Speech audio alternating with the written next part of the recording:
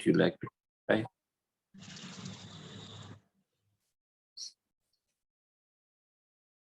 As usual, I like to first open by asking you if there is anything that you need to clarify or ask before we start for today.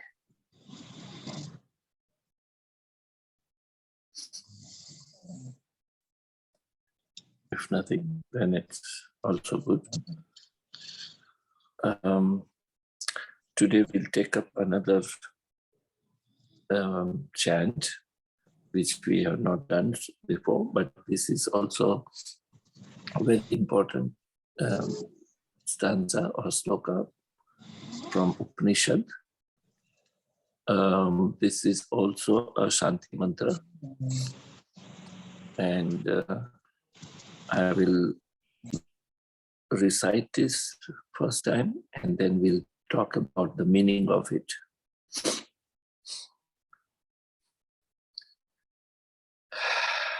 So it goes this way.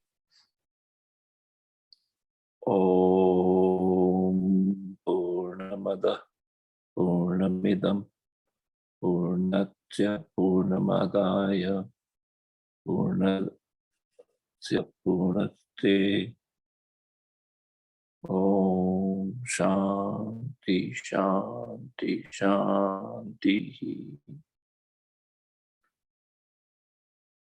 Once again. Om Purnamada Purnamidam Purnatya Purnamadachyate Purnasya Purnamadaya Purnamevavashishyate. Om Shanti Shanti Shanti.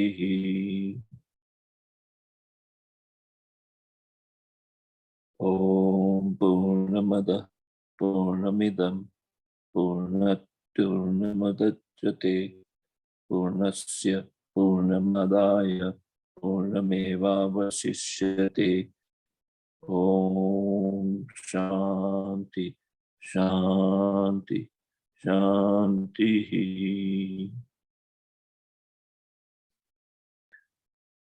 Om Purnamada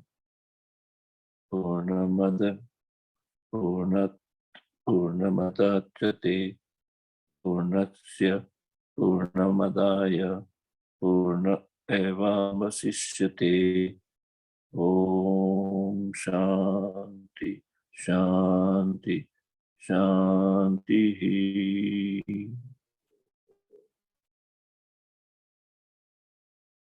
Om Purnamada Purnamidam Purnatya Purnasya Purnamadaya Purnamevavashishyate. Om Shanti Shanti Shanti.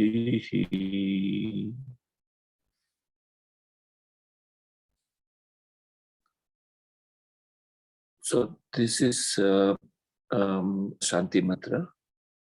How many of you have heard of it before? Have you ever tried to find the meaning of it? No, Acharya. I have heard it. Yes. In almost all the rituals, Hindu rituals, this mantra is recited, but I have never find that what's the meaning of it. So as I said, this is there are few Shanti mantras, a few in the sense about 7 to 8 that I know. This is one of them. Remember the other two which we recite, the Asatoma Satkamaya is also a Shanti mantra.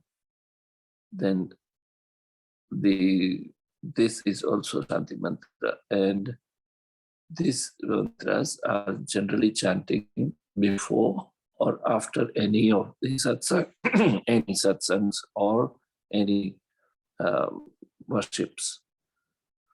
Now, what does that mean? It repeats the word Purna. It repeats the word Purna, as you notice.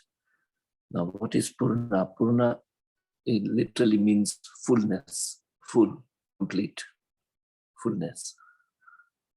It means Om, which is the only syllables in English which represents the divinity. So when you want to address the divinity, the word used is Om. Om is that auspicious because it represents divinity, or rather Om is divinity. So it starts by chanting Om. It should be chanting at least 3 times before we chant any sloka. So Om, that. Here Om is connected to that, and that is the divinity. So it does not say he or she, it just says that. Now that can be of any gender or no gender at all. It is just the existence. It is just the being. So how do you address what is no gender? You can only address it by saying that or it. So here it is saying that. That also represents the cosmic intelligence and beyond. So what is cosmic intelligence? Or in different philosophy, different names are used. Theosophy says Mahat, and the Sanatana Dharma calls it Ishvara. So the Ishvara, or we call Ishvara is the cosmic intelligence, is the collective intelligence of the existence. And that is that. It is no gender. In Vedanta, we use the term consciousness. So consciousness, energy, or that supreme power, cosmic intelligence is Ishvara. So that is that, Om, that, and beyond. What is beyond? Beyond manifestation. We all know, and the physics, quantum physics talks about the manifestation, existence. For anything to exist, there must be the cause of the existence.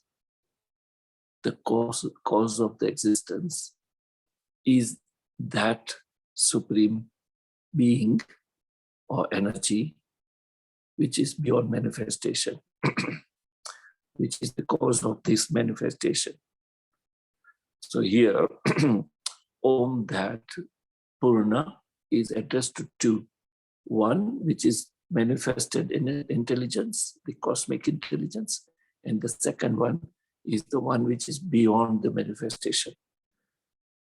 Veda says Brahma. There are 2, Brahman and Brahma. Brahman is the power that is beyond manifestation, and Brahma is the one, the power which is the manifested power. It's not plural, it's not dual, it is same. It's just that their functions are different or existence are different. One existence is beyond manifestation, known as Brahman. The same Brahman is then develops as a manifestation, and that is known as Brahma. So when we speak about this mantra, we have to have a certain basic knowledge on Veda, which gives us the information or knowledge about the, we call creator or the creation. Creator, Brahman, creation, Brahma. Unmanifested, manifested. Unmanifested intelligence manifested intelligence, known as cosmic intelligence. So it starts with saying that which is the unmanifested Brahman is Purna, is complete, is full, is all-knowing, is eternal, infinite. And this, when we speak this, which means manifested universe, the entire, now we only know one universe. There are few billion universes, and therefore now the science calls it multiverse. So all universes put together is the existence, manifested existence, and that is here referred as this. So that is complete, the full, infinite. This, which is manifested, is also full and complete. And this manifestation has come from that. This is full, that is full. This fullness has come from that fullness, and yet that remains full. That is the literal meaning in English for that sloka. I repeat again. That which is the unmanifested energy is Purna, is full with divinity, is its divine being, supreme energy, call it consciousness. This, which is the manifested word. Now, when we say manifested word, we are included in it because we do have consciousness, and so is everything else is consciousness. So that unmanifested is full, divine. This is divine and full and complete. This is referred to Jivatma as well. And this fullness comes from that fullness. And yet that fullness is complete, full, infinite. Usually, you have a piece of cake and you cut it, the cake becomes that much less. But this is not the cake. This we are talking about the infinite consciousness. Infinite consciousness comes out, and that what comes out is also infinite, also complete. And this remains complete. And that's the sloka. When we chant this sloka, it opens up our vision. It gives us the vision of this vastness, of this fullness, of this eternal, infinite energy.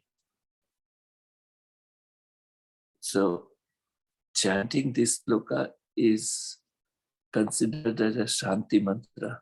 Why is it called Shanti mantra? Because then you, after, provided you understand the meaning of it in a right sense, with the knowledge of background of Vedas, of Vedantic knowledge, it makes you humble. It makes you humble because that vastness is the manifested power. But imagine, try to imagine the power of unmanifested, which remains full, which is complete, which is all-knowing, which is beyond any description. You cannot even describe. You can't even begin to describe, because that Brahman is vastness, vastness beyond our perception. That remains full, and this fullness comes from that fullness, which means we are full, we are complete. It is just that our ignorance, our mind conditioning for eons of time has brought us to limitation, has come to an understanding that we are this body and mind, and we are limited. We cannot, we are full, we are eternal and finite as consciousness. And there is absolute no difference between that, this consciousness and that consciousness. There is no difference. As I every time mention that this consciousness is all pervading. It is not that it is within us. We are in that. You see, that's a major statement and understanding. It is not only that consciousness is within us, but we are in that. It is like a balloon. When you blow a balloon, you blow air into balloon, and therefore the balloon takes the shape. But what is the difference between what is inside balloon and what is outside balloon? It's the same. It's the same space, same air, same energy. The balloon is just the shape, just the body. When the balloon is burst, what is inside balloon merges with what is outside balloon. That's all. What is inside balloon is full in the sense of the completeness, and what is outside balloon is absolutely full. When the balloon is broken, that fullness and the other fullness is merged. Actually, it is not merging, it is existence. It's just the shape of balloon is disappeared. That's all it is. So is the body. The other parable is of a pot. Yeah, a pot if you take, or even a gold jewelry, very easy to understand. Any ornament, gold ornament. What we speak about ornament, what is ornament? It's just the shape and name. What is essence is the gold. Same, this body, we consider this body and mind as what we are, we identify. But that's just like the air in the balloon, or the jewelry, the shape, or the pot. What is inside the pot? You try to fill the water in the pot from the river or a lake. What is outside the pot is the river water. What is inside the pot is the water again. It is just the container, it's just the body. So when you chant this stanza, this mantra, it makes you humble, and you realize that you are that supreme consciousness. And therefore you are complete, you are full, you are intelligence, part of the supreme intelligence, all-knowing.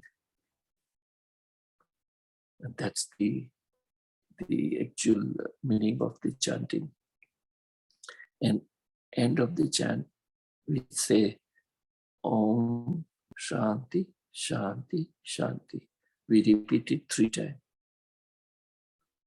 Why do we repeat? Every mantra is followed by reciting Shanti 3 times. Do you have any idea of the reason why we chant 3 times?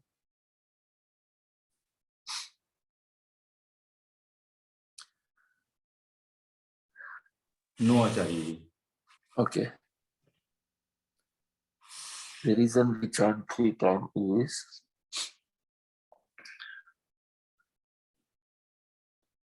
what is not Shanti? What is not peace? There can be 3, according to Vedas, there could be 3 reasons why we lose the peace or why we seek the peace. First one is Adipautika. is known as Adi Bhautika, which means, so let me say all three: Adi Bhautika, Adi Devika, and Adi Antarika. So three reasons why we seek the peace. Adi Bhautika is the disturbance or the, I would use the word disturbance, which is external. So as we all know, as a consciousness, we are peaceful, we are all-knowing, we are joy, we are bliss. What disturbs that external? What are the external factors? Because we live in manifested world, there could be, let's say, a storm or a flood or an earthquake or any of this happening externally can disturb our peace. So Adi Bhautika, which is external. Second one is Adi Devika. Adi Devika means there are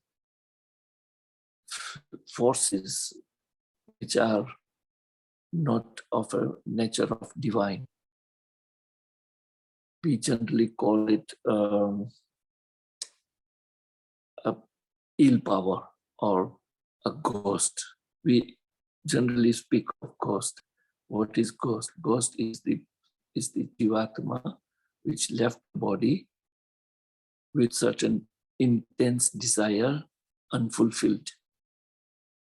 Those intense desires unfulfilled Jivatma takes longer to leave this field, this realm, and go beyond. So they remain in this field of our frequency, our three-dimensional frequency. And that is known as, let's say, ghost or ill power. Such ill power or such force can also bring disturbance to the peace. So the Shanti mantra is also chanted for keeping the peace or bringing the peace from that kind of force, ill force.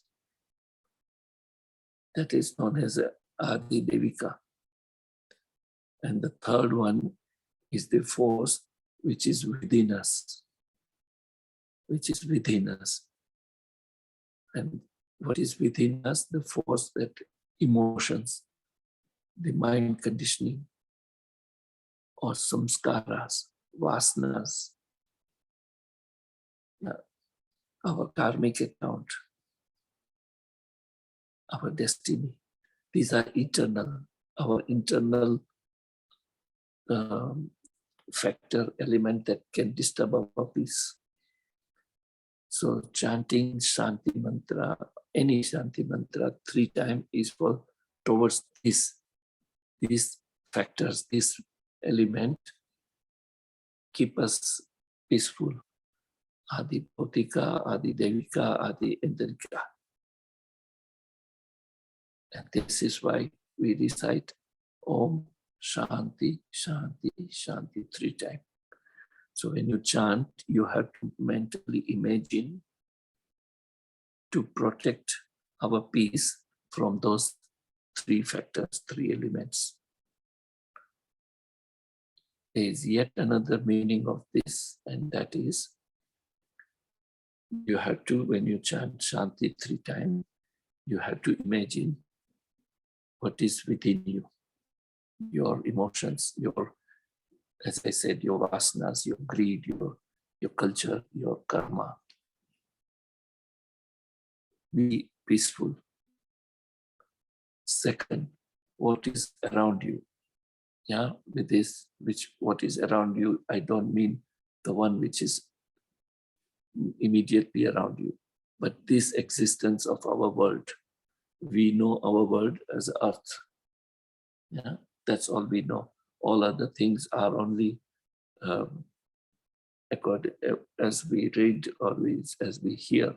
We personally have no experience of it. But this world, we have experience. So one within us, one immediately around us, which is our planet or our world. And the third Shanti mantra is for the entire existence. Yeah. So and that is what I follow, which is simple, basic. When you say Om Shanti, I start with the entire existence. There are life being in different planets and different field of existence. It's just that we do not know, but there is life elsewhere. May that be peaceful. May that be at peace. So that first. Second, all part of the world, every part of the world, our world, may everyone, every life be at peace. Not only human beings, but all beings, every kind of life, may that be at peace. And the third, we eternally be at peace. And that's how 3 times it is recited. And I hope when we chant ever, you try to imagine this and chant together. So it's not just, as I said, words, but the meaning behind this is very important to know. And you have to attach your emotions, first you have to surrender that I'm just a little puppet here. And I am being guided by that supreme power, by supreme force. And that supreme force, and this supreme force is complete, is divine. And this complete divine force comes from that complete divine force. And therefore, there is no dual, there is only one. You come to understanding of oneness. And followed by chanting Shanti 3 times. Internal, around me, and entire existence.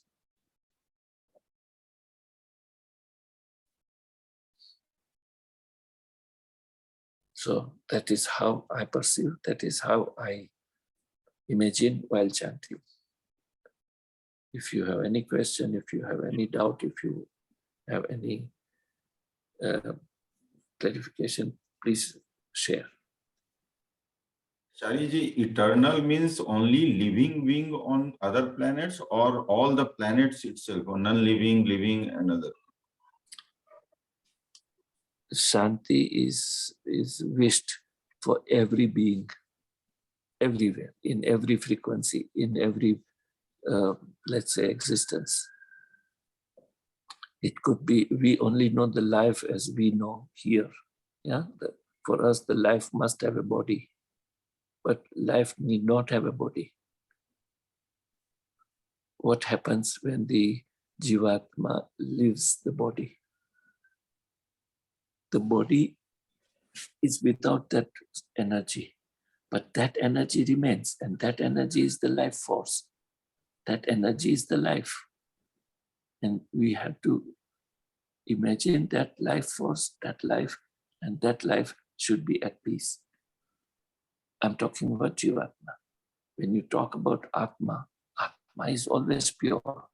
It's always at peace. Nothing disturbs it. Yeah, so you have to be a little more careful when we imagine the offer the Shanti mantra. It is offered to this Jivatma. What is the difference? We just recited a Purnamada Murunamidam.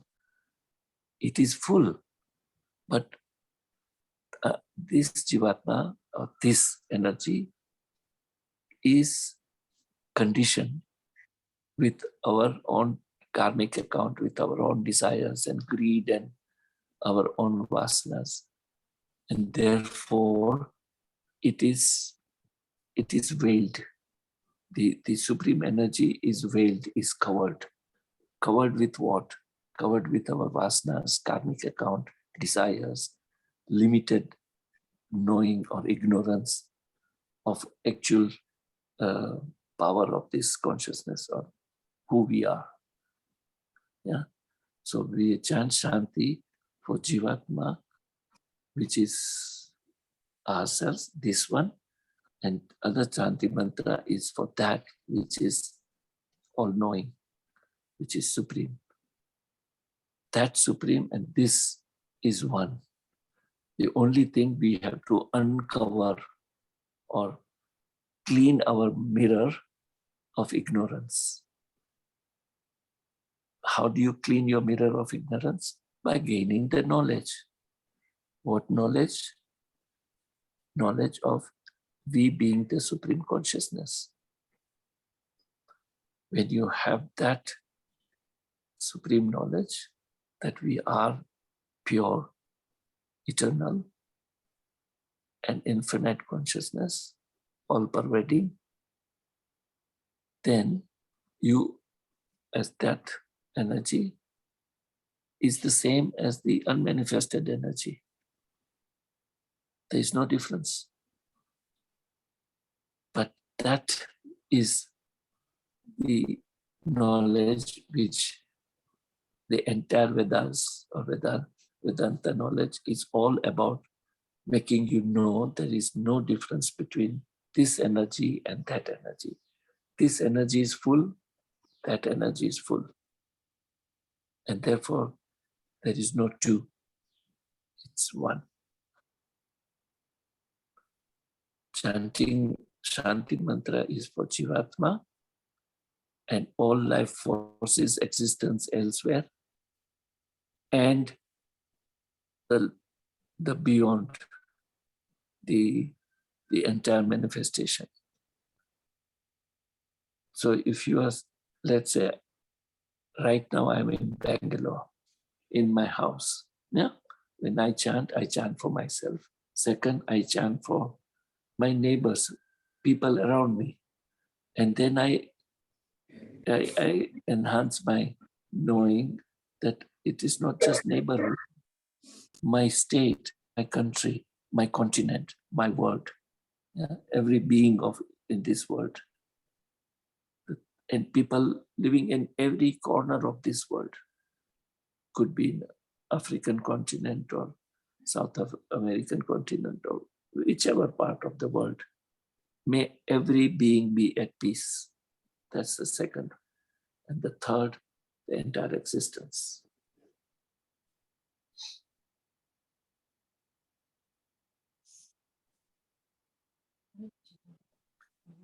It's not easy to perceive it. I totally understand. I agree. It takes time because, as I said, we have to qualify ourselves to know this, first knowing, and then through the contemplation, realize it, gain the wisdom. But even knowing itself takes a long time because it's, in the other simple word, is absolutely mind-boggling. When you imagine something which has no name, no shape, no form, and yet it is supreme energy, it is supreme power. In another Upanishad, it is compared with the Akasha, the sky. When you look up, what do you see? You see the sky. Yeah, we call Akasha. Now, sit on whichever part of the earth you are, you look up, you only see that Akasha. You imagine you are flying from one to other point in our flying machine or aeroplane, and you look out from window. What do you see? You still see a sky, although you are 30,000 feet above the earth. Yeah, you still see the sky. People who go on the space shuttle, they go hundreds and thousands of miles above the earth. What do they see? They still see the same sky.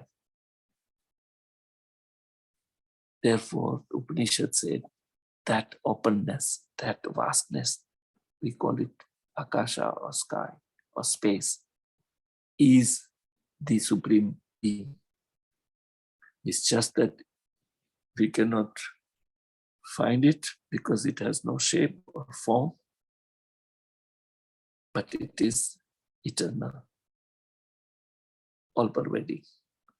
So it is compared, the Vedas and the Upanishad compares the supreme being as that vastness known as Akasha. So next time when we look up and we use from where you are, when you look up and see, let's say, a moon or a star, the distance between you and to the star, there's so much of space, there's so much of vastness, openness. That space is the existence, is the crux of the knowledge. It is in that space that everything exists.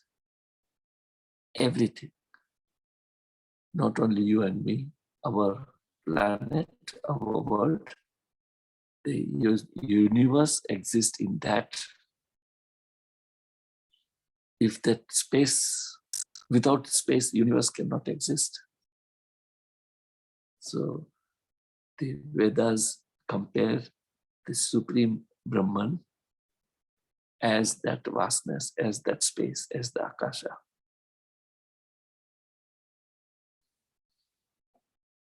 And therefore, this amount of knowledge is important before we recite any mantras, because every mantra, whether it is Shanti mantra or Kriya mantra or Jnana mantra, are ultimately talking about the same matter, same subject. I mentioned to you before about one book which gives you a preliminary knowledge of this manifestation and beyond, is known as the I mentioned, I forget right now because my mind is thinking something else. I'll show you the book because that book always stays with me. I'll carry my book. I recommend everybody to read the book. It is the one book which will give you basic information and then knowledge about the existence, how it came. We know only of Big Bang, which science calls Big Bang, but our Sanatana Dharma, which is Vedanta knowledge, says of how did the existence came from Brahman to Brahma. And that will give you sufficient basic knowledge about consciousness, who we are. After that, it's easier to understand all this, the meaning of different mantras. Acharya, are you talking about Tattva Bodh? Yes. Yes. Yes. If you excuse me, I'll bring the book from my library. Yes, Acharya.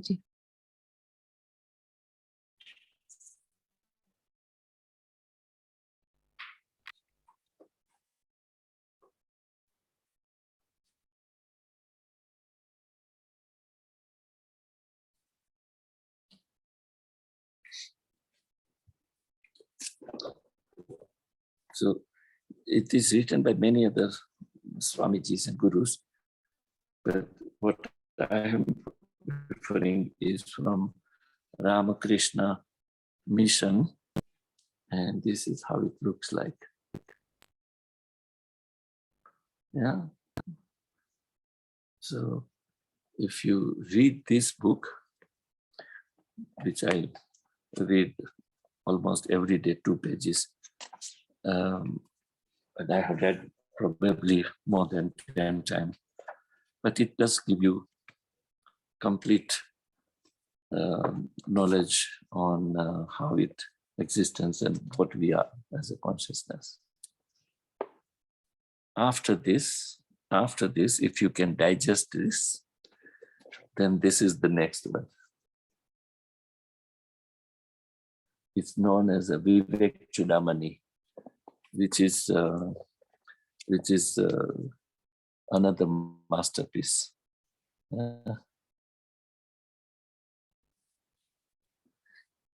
This too is like all that we speak, or at least what I speak, is all from that. And that is the starting point. Then starts your contemplation. Have you heard of Ramana Maharshi?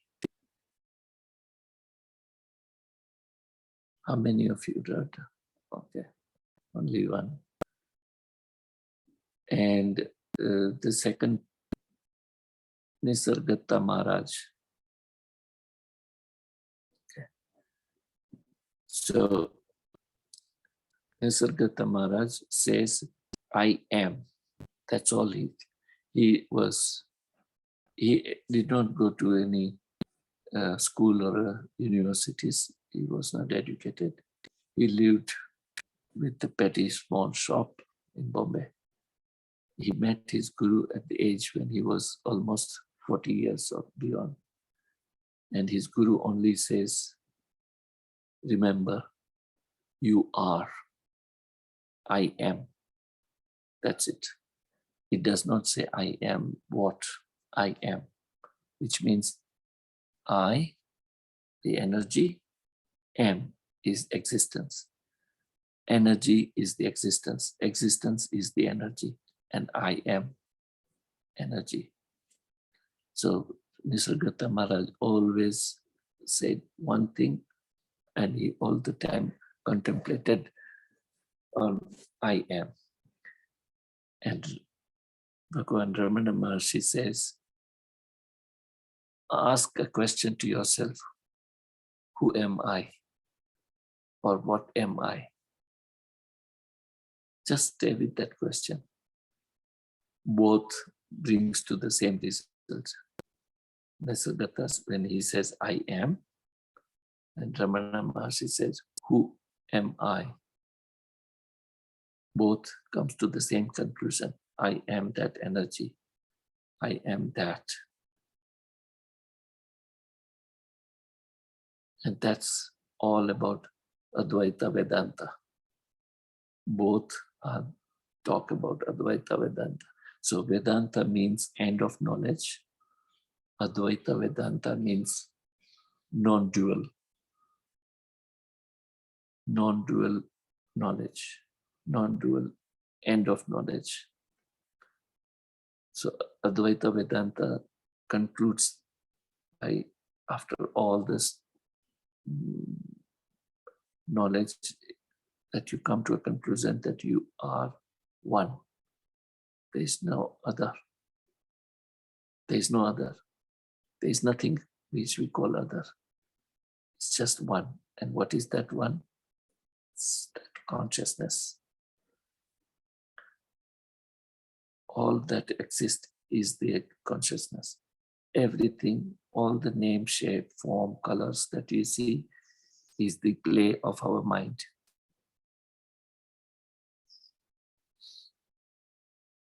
If we were to meet on our retreat, I had a plan to run a show or documentary which provides you that actually you visualize the oneness in that documentary show, which is produced as the conclusion of 17 or 21 different scientists of different countries. They studied for a few years and came to conclusion, all that we see is nothing but holograph. Its entire existence is holographic existence. In reality, it's only the energy. It's only the vibration, only frequency. It is the frequency or vibration or energy. Three different names, but means the same, is what exists. Everything else is just the appearance. It's just the mind conditioning. It's the reflection in your mind. In reality, only energy exists. And that is something that I wanted to show and discuss.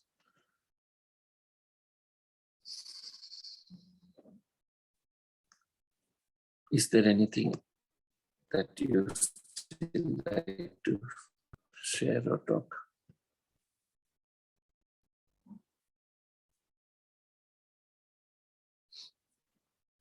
We do the yoga, as I always say, that is only a point of beginning. It's just the one little step forward to the spirituality.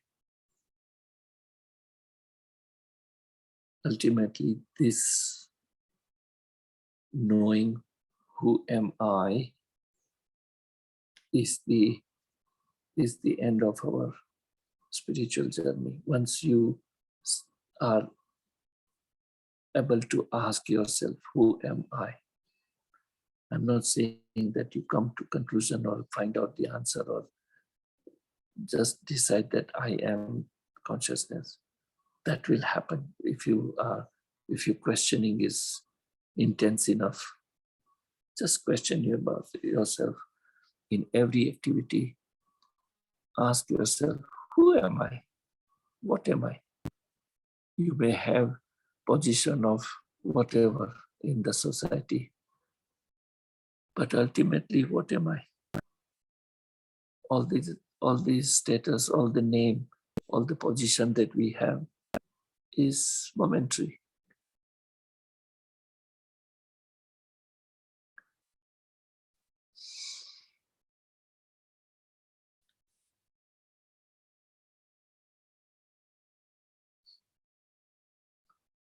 Once you have this, it makes you humble.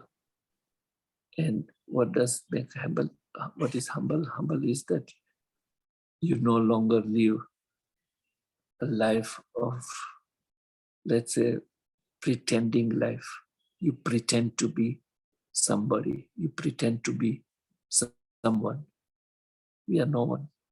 We are just this body, mind, which is maybe 100 years, 80 years, 90, 100, 110.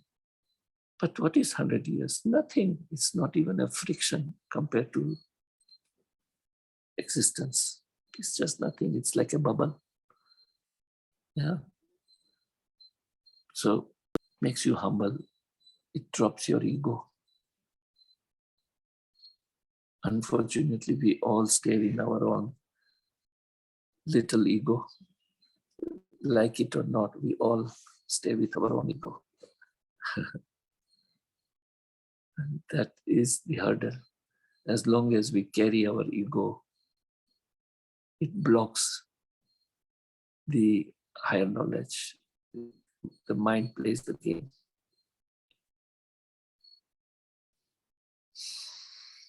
If you have no question, let's chant Om and we conclude.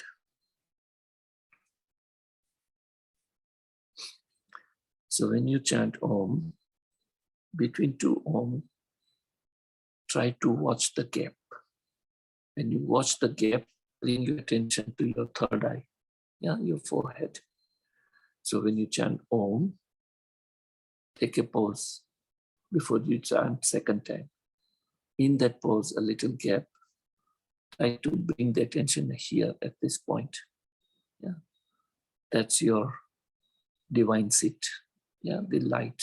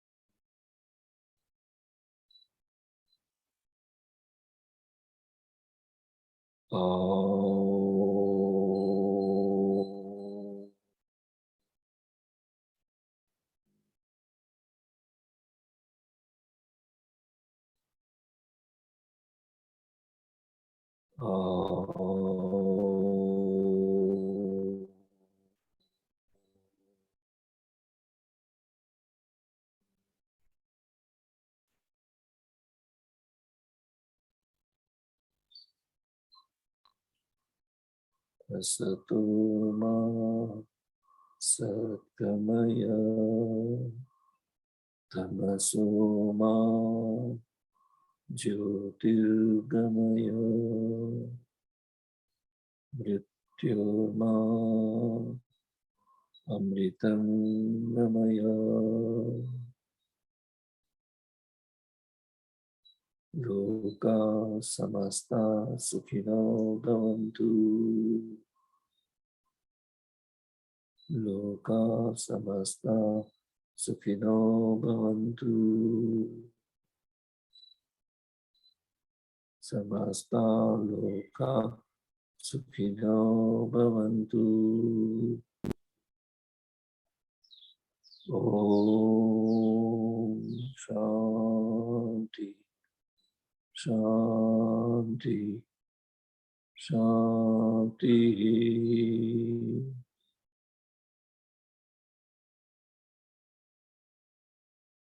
Thank you, God, for giving us air to breathe. Thank you, God, for giving us water to drink. Thank you, God, for giving us food to eat.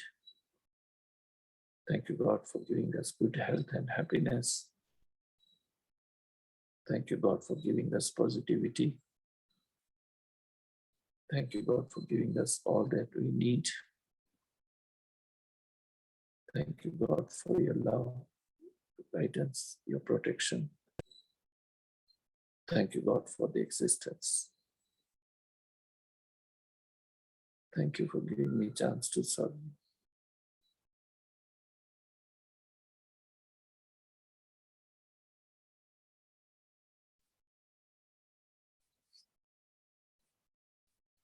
Thank you. Thank you, Acharya ji. Thank you so much. Thank you. Acharya ji. Thank Thank you.